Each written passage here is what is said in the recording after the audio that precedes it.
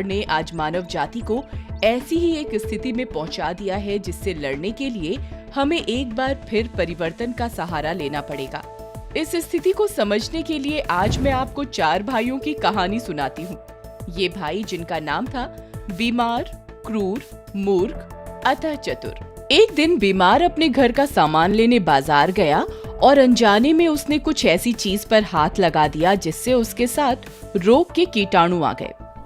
चूंकि इस नई बीमारी के बारे में लोगों को पता नहीं था, शुरू में उसे जो आम जुखाम, खांसी और बुखार के लक्षण थे, पर बाद में उसे पता चला कि अनजाने में इस नई संक्रामक रोग कोरोना ने इसको जकड़ लिया है। अब तक इस बीमारी ने और भी कई लोगों पर अपना असर दिखा दिया था, इसलिए सरकार ने इससे लड़ने के लिए कुछ निर्देश बताए और उनके पालन की सलाह दी। लेकिन इन निर्देशों को कुछ लोग मान नहीं रहे थे और इसी तरह दूसरा भाई क्रूर, जो कि सब जगह घूम रहा था, एक दिन अपने भाई बीमार को जाके मिला। अपने नाम और स्वभाव के चलते उसने इस बीमारी के कीटाणु को छू लिया और वहाँ से निकलकर अपने दूसरे भाई मूर्ख को जाकर मिला और उसे भी संक्रमित कर दिया।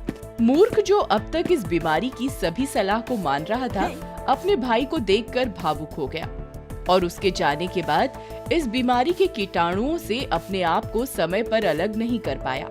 अंततः कुछ दिन के बाद रोगग्रस्त हो गया। मूर्ख से मिलने के बाद क्रूर अपने भाई चतुर को मिलने गया और उसने दूर से ही अपने भाई का स्वागत किया। उसने क्रूर को याद दिलाया कि कोरोना महामारी के चलते वो सभी निर्देशों को तोड़ रहा है, जो कि उसके और उसके प्रियजनों के लिए घातक है। क्रूर के जाने के बाद चतुर ने स्वच्छता के नियमों का पालन करते हुए हर उस चीज को स्प्रे से साफ किया।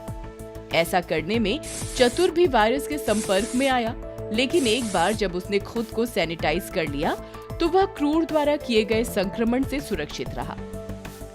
उधर क्रूर अपनी आदत से मजबूर अपने आप को साफ करने से पहले कीटाणु कई जगह पर फैलाता रहा और अंततः अपने आप को सैनिटाइज करके कीटाणु मुक्त कर लिया।